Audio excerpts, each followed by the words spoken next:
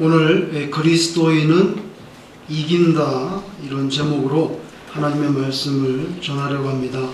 이 말은 뒤집어서 생각해 본다 하면 마귀가 진다, 이런 뜻이 됩니다. 우리는 그리스도인의 고난을 부인하지 않습니다. 오늘 본문에도 보면 크리스천의 삶도 도살당하는 양과 같을 수 있다는 것을 분명하게 밝혔습니다. 그리고 바울 시대에 이 편지를 받는 분들도 예수 믿는다는 그 이유 하나 때문에 언제든지 죽임을 당할 수 있는, 사실은 심각한 형편에 놓여 있는 분들이지요. 그러니까 성경 어디에도 예수 믿는다는 이유 때문에 이 땅에 사는 동안에 조금도 어려움을 당하지 않고 슬픔도 당하지 않고 괴로움도 전혀 없는 그런 삶이라 이렇게 말씀하지 않습니다. 그리스도인에게도 힘든 일이 다가오지요. 예수 믿는 사람이라고 감기가 안 걸리겠습니까? 차도 고장나고 인간관계도 터져나갈 수 있고 체킹 어카운트에 그저 잔고가 간당간당해서 마음이 졸여지기도 하고 눈길에 미끄러지기도 하고 몸에 병이 와서 들어 누울 수도 있고 마음이 천길 낭떠러지로 굴러서 마치 정말 회복될 수 없을 것 같은 절망의 깊은 계곡으로 곤두박질하기도 합니다. 그렇지만 중요한 것은 그 모든 것 이후에 결국에는 참 신자라고 하면 영원한 승리를 맛볼 수 있다 하는 그 보장이지요. 때로 신자라도 그 삶이 망가지고 파멸될 수 있습니다. 그러나 오늘 본문에서 하나님께서 바울을 통해서 가르쳐 주시는 희망적인 진리가 있는데, 설사 때로 우리의 삶이 그와 같다 할지라도 우리가 하나님의 사랑에서 결코 끊어질 수 없다 하는 바로 이 진리입니다. 그리스도인의 삶이라도 파멸될 수 있지만 패배하지 않는다는 것. 승리한다. 삶이 꼭 세상적으로 봤을 때 성공적이지 않아도, 우리가 말하는 정말 석세스풀한 그런 라이프가 아니라 할지라도 여전히 승리할 수 있다. 승리와 패배는 이김이라고 하는 본질적인 문제입니다. 그렇지만 성공과 파멸이라고 하는 것은 겉으로 드러나는 현상적인 표현입니다. 우리가 이것을 좀 구분해서 신앙생활할 때 포커스를 바로 맞춰야 된다는 거예요.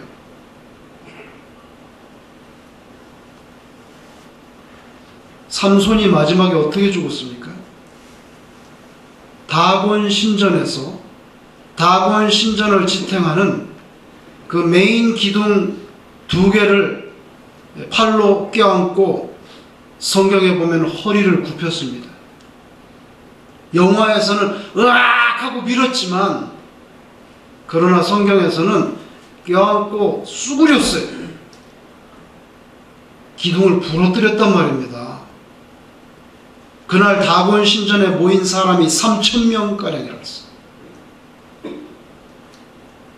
그날 그가 죽인 블레셋 사람들이 일평생 그가 척결했던 사람의 숫자보다 많았어요. 삼손도 죽었어요. 그의 인생은 파괴됐습니다. 그런데 여러분, 하나님은 승리하셨어요. 우리의 삶이 파멸될 때가 있지만 하나님은 영광을 반드시 거두신다. 그래서 승리와 패배, 성공과 파멸, 이거 좀 구분해서 생각해야 된다는 거예요. 바울은 자신의 삶을 통해서 하나님의 성도들에 대한 보호하심과 구원에 대해서 확신했습니다. 간단해요. 하나님은 우리 편이다. 누구도 시비를 걸 수 없다는 거예요. 그 점에 대해서 토시를 달지 말라는 거예요. 그게 오늘 결론이에요. 진실한 그리스도인이라도 수시로 슬픔과 불행과 핍절과 때로는 권세자들의 폭력과 귀신들의 괴롭힘에 대해서 맞부딪힐 수 있는 개연성이 전혀 없다고 주장할 수 없어요. 38절에 등장하는 천사들이 있습니다. 타락한 천사들, 사탄의 졸개들로 해석해야 될 것 같아요. 성도들의 삶이 일반인처럼 각종 비극의 경우에서도 무조건 예외가 될 수는 없다는 것을 받아들인다 해도 그 고통의 색깔은 좀 다릅니다. 여전히 하나님의 섭리와 뜻 안에 놓여있는, 다시 말하면 의미가 있는 고통이라는 거예요. 하나님께서 알고 계신 상태에서 당하는 고통이라는 거예요. 그리고 결론은 패배로 이어지지 않는다는 게 다릅니다. 그 승리의 최고 결정체는 신자의 부활이에요. 하나님 나라에서의 영생을 위한 육체적인 부활, 비신자들의 삶은 이런 문맥에서 그 목적과 의미의 안전성이 보장되어 있잖아요. 똑같이 고난을 받는데 이쪽에서 받는 고난은 궁극적으로 승리로 이어지기 때문에 의미가 있단 말이죠. 근데 이쪽에서는 고난을 당하는데 사실 별로 의미가 없어요. 그냥 고생하는 거예요. 그게 예수 믿는 사람과 믿지 않는 사람의 차이예요. 고대 히랍의 비극이 있습니다. 드라마 중에, 그 극 중에 꼭 비극적인 영웅이 등장해요. 트래직 히어로가 등장하는데 그 비극적인 영웅은 보통 보면 그 드라마에서 그 삶이 파괴돼요. 인간적으로 보면 슬픔과 비애 가운데로 빠져들지만 그 주인공의 정신이 있어요. 그 정신이 여전히 살아남아서 시대를 초월해서 우리에게 교훈을 줍니다. 그 위대한 고전들이죠. 고전이라는 의미는 옛날에 쓰여진 책이라는 그런 의미가 아니에요, 사실은. 고전이라는 것은 시대를 초월해서 우리에게 변함없는 굉장히 위대한 교훈을 주는 것. 시대가 바뀌어도 그 교훈이 퇴색되지 않는단 말이에요. 그게 고전이죠. 그래서 고전을 읽으라는 거예요. 옛날 책을 읽으라는 뜻은 아니죠, 사실. 근데 여러분, 그런 히랍 비극은 그게 효용이고 매력인데, 근데 그거는 신화와 전설들을 바탕으로 담고 있지만 우리가 읽는 성경은 사실과 진리를 담고 있어요. 창세기에서 아벨이 가인에게 죽임을 당했지만 누가 아벨을 향해서 그래서 너 인생은 패배했네, 누가 그렇게 말할 수 있냔 말이죠. 아벨은 분명히 그 생명이 디스트로이 됐어요. 그렇지만 여전히 우리에게 어떤 자세로 예배를 드려야 하는지 아주 선명하게 보여주는 살아있는 정신이에요. 야곱의 11번째 아들 요셉은 어린 시절부터 큰 소용돌이에 빠져들었어요. 형들에게 인신매매를 당해서 졸지에 노예로 전락하고 완전히 낯선 이집트에, 그것도 기약 없이 남의 집 종이 됐는데 누명까지 쓰고 감옥에 들어갔으니 노예가 도대체 뭘 더 바랄 수 있겠어요? 감옥에서 다시 나올 수 있을지 없을지조차도 불확실한 형편입니다. 거기에서 무슨 신앙을 지키고 거기에서 뭘 더 바라겠어요? 차라리 세상적으로 보면 자살하는 게 더 나을지도 모르다는 생각을 할 수 있을 거예요.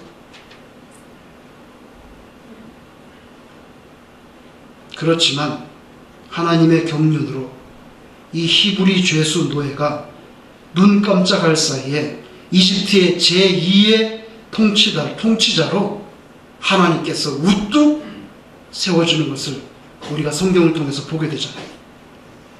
아무도 상상할 수 없는 방법으로 하나님께서 그를 살리는데요. 그게 바로 하나님의 숨겨두었던 히든 카드예요. 때로 성도님들도 야, 왜 이렇게 나는 되는 게 없냐,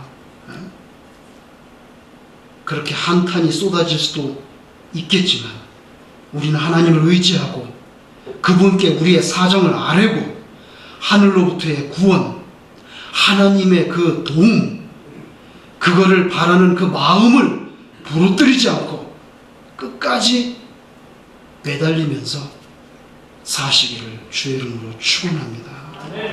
카드를 꺼내는 분은 하나님이에요. 언제 꺼내실지, 어느 정도 수준을 꺼낼지 우리가 알아차릴 수 없지만 요셉이 그랬어요. 도저히 상상할 수 없었어요. 그러나 하나님께서는 여러분에게 사실은 가장 선한 길, 좋은 길로 인도해 주신다는 것을 반드시 믿고 사시기를 바랍니다. 그러니까 상식으로 사는 것, 술수로 사는 것, 꾀로 헤쳐나가려 하는 것, 합리적인 판단으로 재단하려고 하는 것, 이성의 분석으로 살려고 하는 그 단계 이상으로 그 뭡니까? 상상을 못하는 하나님의 도우심이 다가올 수 있다는 것. 그 신앙적인 실존으로 살아야 된다는 거예요. 그게 예수 믿는 사람과 안 믿는 사람의 차이죠. 오늘 성경 읽어주신 본문 말씀이 우리의 인생에 대해서 종합적인 결론을 가르쳐줬어요. 첫째는 누가 뭐라 그래도 하나님은 나에게 모든 것을 주실 수 있다는 거예요. 그런즉 이 일에 대하여 우리가 무슨 말하리요? 만약 하나님이 우리를 위하시면 누가 우리를 대적하리요? 자기 아들을 아끼지 아니하시고 우리 모든 사람을 위하여 내어주시니가 어찌 그 아들과 함께 모든 것을 우리에게 은사로 주시지 아니하시겠느뇨? 아들도 주셨는데 아들보다 더 중요하고 비싼 게 어디 있어요? 근데 아들도 주셨는데 그 이하의 잔잔한 것들 그거 왜 안 주시겠냐는 거예요. 너희가 나를 택한 것이 아니요.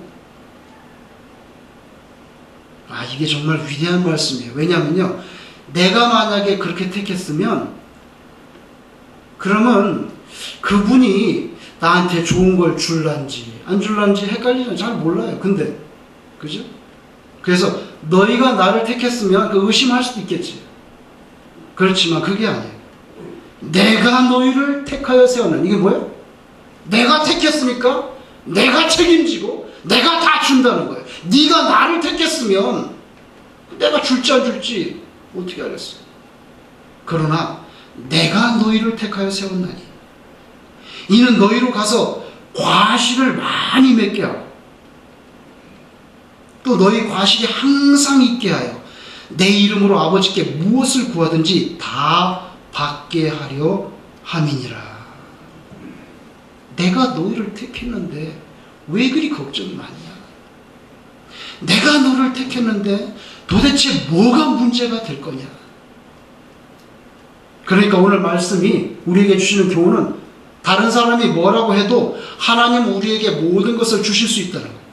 두 번째는 누가 뭐라 그래도 여러분들은 구원을 받았다는 거예요. 이거보다 더 심각한 일이 어디 있습니까? 누가 능히 하나님의 택하신 자들을 소송하리요?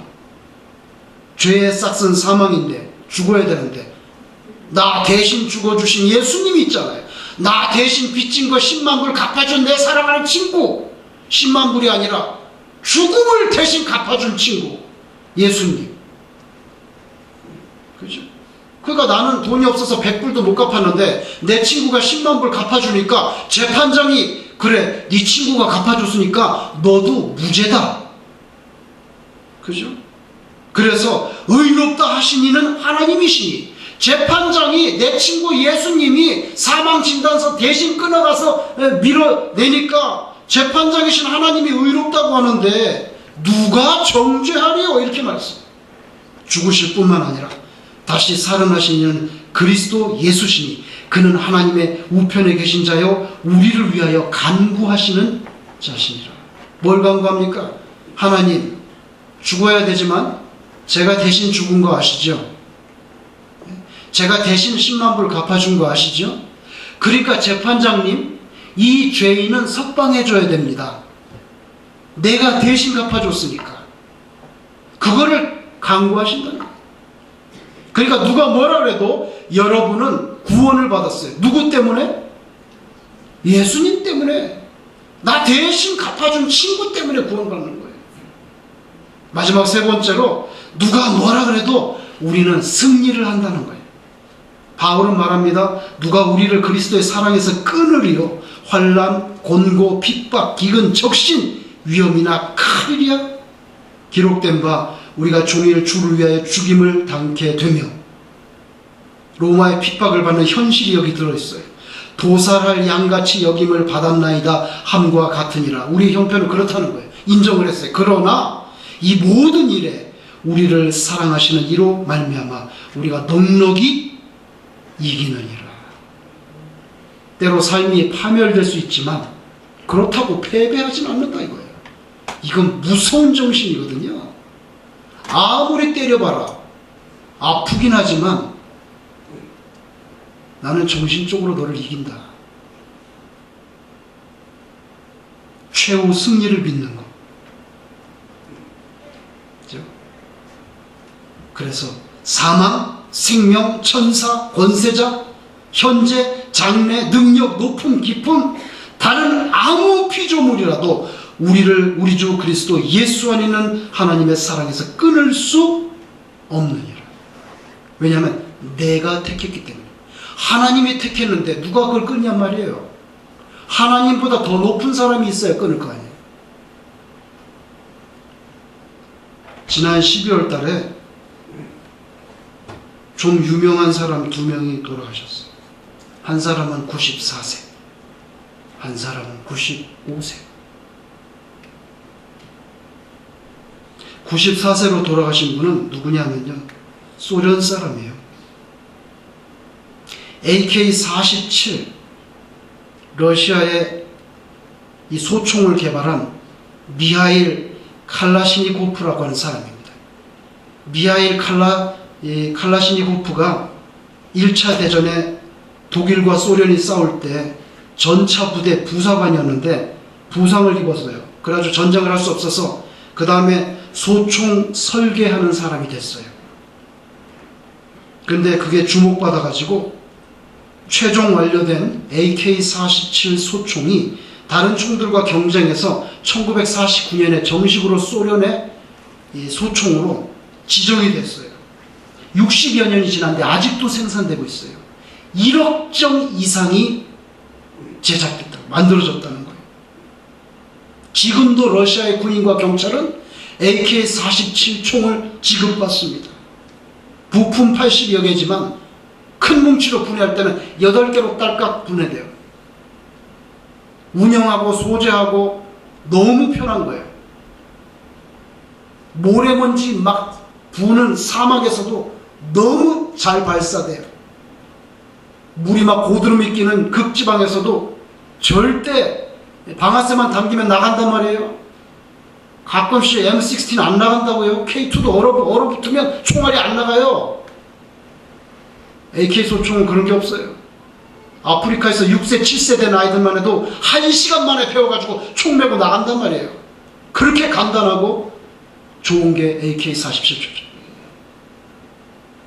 공산권 다 이 총 썼어요.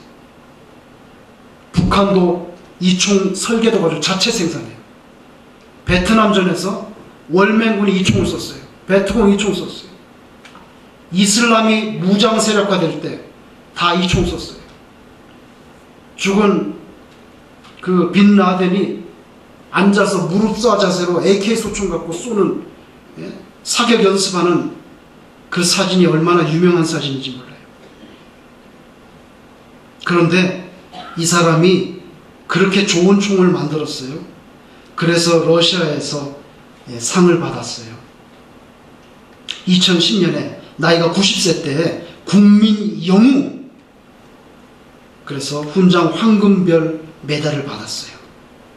그리고 작년 크리스마스 이틀 전 12월 23일 날 병원에서 94세로 사망했어요. 그런데 모든 사람이 그를 국민 영웅으로 쳤어요. 성공했어요. 그런데 죽기 전에 작년 4월 달에 이 사람이 러시아 정교회, 히랍 정교회의 총주교에게, 우리식으로 따지면 뭐 총회장이나 그쯤 되는 높은 사람인 것 같아요. 편지를 보냈어요. 작년 4월 달에 이렇게 썼어요.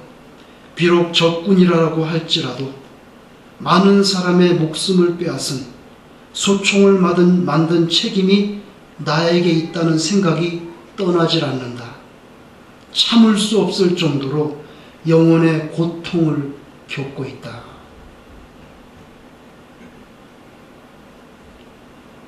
세상적으로는 성공한 사람, 국민 영웅이 됐지만 그의 마음속에는 자기가 개발한 총으로 인해서 너무 많은 사람이 죽었어요.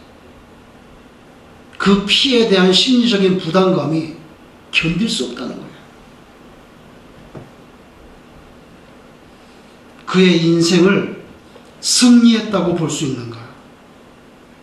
명백히 성공한 건데, 근데 승리했냐고. 퀘스천이 있는 거죠. 이 칼라슈니코프가 사망하기 불과 2주 전에 여러분이 아시는 남아프리카 공화국의 만델라가 사망했어요. 95세. 1살 차이죠. 흑인 인권 운동하다가 감옥에 들어가서 27년을 살았어요. 그 27년, 2년 7개월도 아니고 그 긴 물리적인 시간 투옥되어 있는 동안에 그 사람의 황금 같은 청춘 인생이 다 날아가 버렸잖아요. 면회는 6개월에 한 번, 편지도 6개월에 한 통만. 시계가 없어서 세월이 어떻게 돌아가는지 알 수가 없어요. 독방에 갇힌 지 4년째 됐을 때 어머니 돌아가셨어요. 장례식 갈 수 없어요. 그 다음에 자기 큰아들이 자동차에 치여서 사망했어요. 물론 장례식에 갈 수 없었어요. 가족들이 강제로 고립된 흑인 거주지역으로 끌려갔어요. 둘째 딸이 심각한 우울증에 걸렸다고 편지가 왔는데 아무것도 해줄 말이 없어요. 감옥에 갇힌 지 14년째가 됐을 때 보지 못했던 맏딸이 처음으로 찾아왔어요. 결혼을 하고 아기를 낳아서 찾아왔어요. 찾아오기 전에 편지했어요. 아버지, 내가 결혼해서 딸을 낳는데 내가 가면 아버지가 이름을 지어주세요. 14년 만에 맏딸을 감옥에서 만났어요. 만델라가 조그마한 쪽지를 그 딸에게 줬습니다. 거기에는 손녀딸의 이름이 적혀 있었어요. 그 딸이 쪽지를 펼쳐보고는 그 종이에 얼굴을 묻고 감정이 북받쳐서 울기 시작했어요. 잉크가 땅에 눈물로 뒤범벅이 돼서 얼룩져 나갔어요. 거기 쓰여진 그 자기 손녀딸 이름, 아스위. 사람 이름이 아스위. 희망이라는 뜻이에요. 그 희망이라는 아스위라는 단어를 보고 그 딸이 그 종이를 가지고 우는 거예요. 그리고 13년의 세월이 지났을 때 정말 그는 희망이 이루어져서 27년 만에 석방되고 대통령이 됐어. 그의 인생은 철저히 파괴됐지만 그는 인종차별과 혐오와 증오라고 하는 그 인간의 악한 본성과 싸워서 승리했어요. 그의 27년이라고 하는 물리적인 시간들은 삶은 파괴됐지만 그는 종합적으로 승리했어요. 그가 대통령이 되고 난 다음에 그의 직전 백인 정권의 대통령을 부통령으로 임명했어요. 근데 그 백인 대통령이 그걸 받아들였어요.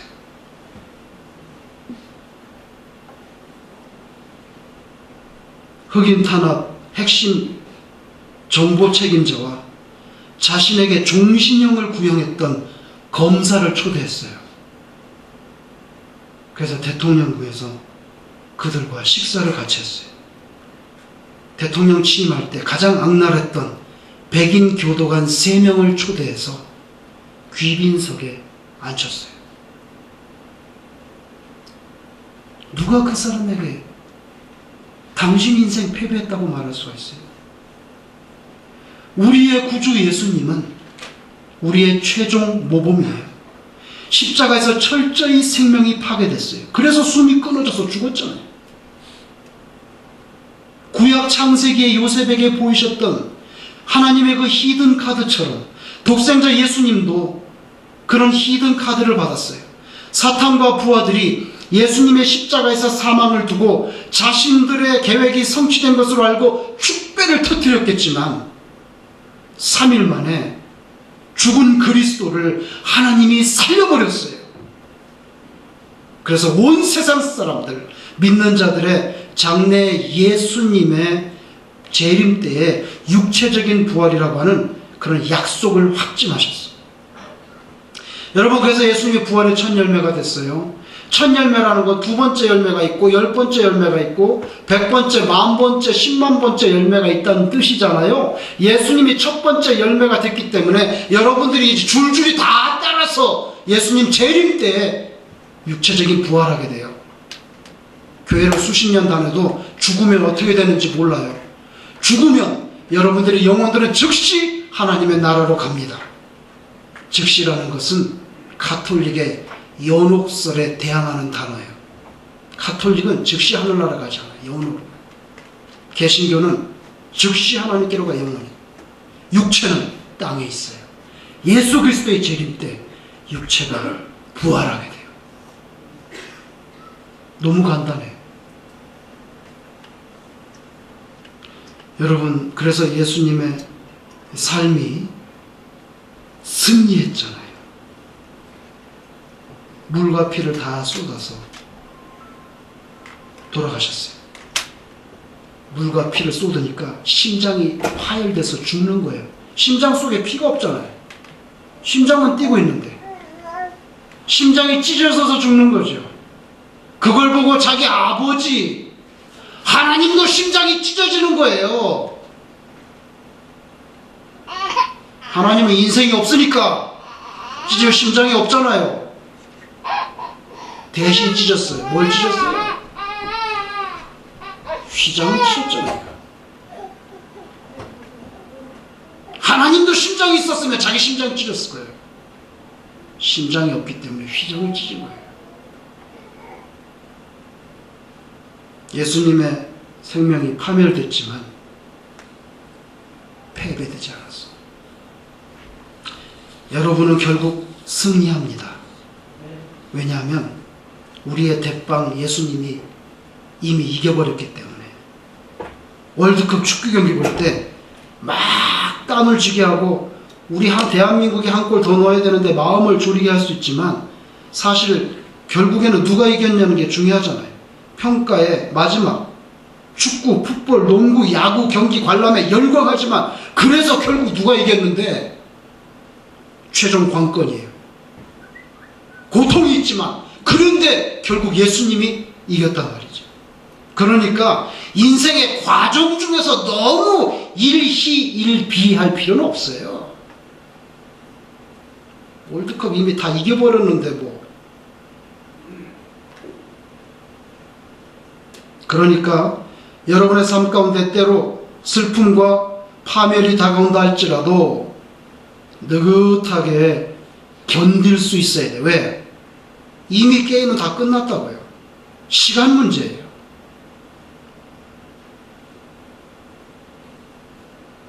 얼마 전에 좀 추웠잖아요. 그죠? 미국에 오고 나서 처음으로 그렇게 뉴욕에서 추워본 것 같아요. 나야가라 폭포가 얼었다고 하니까 뭐. 근데 생각해보면 한국의 겨울은 더 추웠어요. 걸핏하면 영하 10도, 섭씨로 15도 뭐 이런 거 비일비재한 일이었었는데 여기는 그러지 않다고 갑자기 추우니까 대단히 춥게 느껴지더라고요. 과거 한국에서는 정말 이런 센트럴 히팅이 없었잖아요. 학교에 가면 학교 중앙에 그 다 녹슨 그 난로 그거 하나 덜렁 있고 거기다 조개탄을 부어서 난로불을 피우는데 추운 한겨울 아침에 학교에 가보면 소사 아저씨가 친절하게 불을 피워놓거나 아니면 당번이 와서 불을 피우는데 조개탄을 쏟아붓고 불을 붙이는데 그 연기가 샛노란 연기가 어설픈 그 연통 속에서 꾸역꾸역 밀려나와가지고 선생님이 들어오면 다 창문 열어라. 창가에 있는 애는 더 추워. 난로를 안 피는 게 낫지 차라리. 그게 다 빠지려면 1교시가 끝나야 그게 다 빠져. 안개가 핀 거지. 칠판이 안 보여요. 그런 시대에서 우리가 살았는데 한 1교시쯤 끝나면 이제 연기가 싹 빠지고 조개탄이 이제 벌겋게 돼가지고요. 그냥 화력이 후끈후끈하게 일어나니까 그 난로 옆에 앉으려고 선생님마다 다르는데 먼저 오는 사람 마음대로 앉아. 그럼 막 열심히 가는 거예요. 왜? 난로 옆에 앉으려고. 어떤 선생님은 분단별로 돌아가라. 그러면 분단별로 이렇게 돌아가니까 골고루 좀 따뜻해질 수 있겠지요. 뭘 말씀드리려고 하냐면 그러면 이제 그 추우니까 벤또를 꺼내가지고 그 난로 위에다 또 올려서 한 10대께씩 이렇게 쌓아놓으면 밑에 거는 타고 위에 거는 아직도 차가운데 당번이 그걸 또 돌려가면서 해주잖아요. 그래 또 물도 끓여 먹어야지. 누런 주전자에 물 담아가지고 당번이 바빠.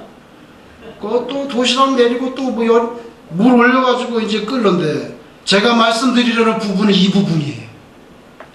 주전자에 가져오면 주전자 겉표면에 물이 잔뜩 묻어있어요.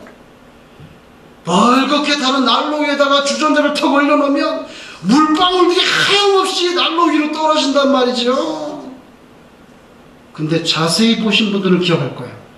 물방울이 난로 위에 떨어지면 어떻게 됩니까? 통통 튑니다. 튀어요. 절대로 물방울이 난로를 적실 수가 없어요. 왜? 벌겋게 달았기 때문에 난로 위에 떨어지면 요동치고 막 통통통 튀고 눈 깜짝할 새에 물 싹 없어져요. 신자가 당하는 슬픔과 고통과 괴로움이라는 것은 주전자 겉표면에 붙은 물방울과 같아요. 여러분의 심령 속에 신앙의 불꽃이 활활 피어 있다면 그런 염려와 근심의 물방울이 여러분의 심령을 결코 눅눅하게 할 수 없어요. 그것이 오늘 본문이 우리에게 말씀해 주시는 결론입니다. 여러분의 인생은 반드시 승리할 줄로 믿습니다.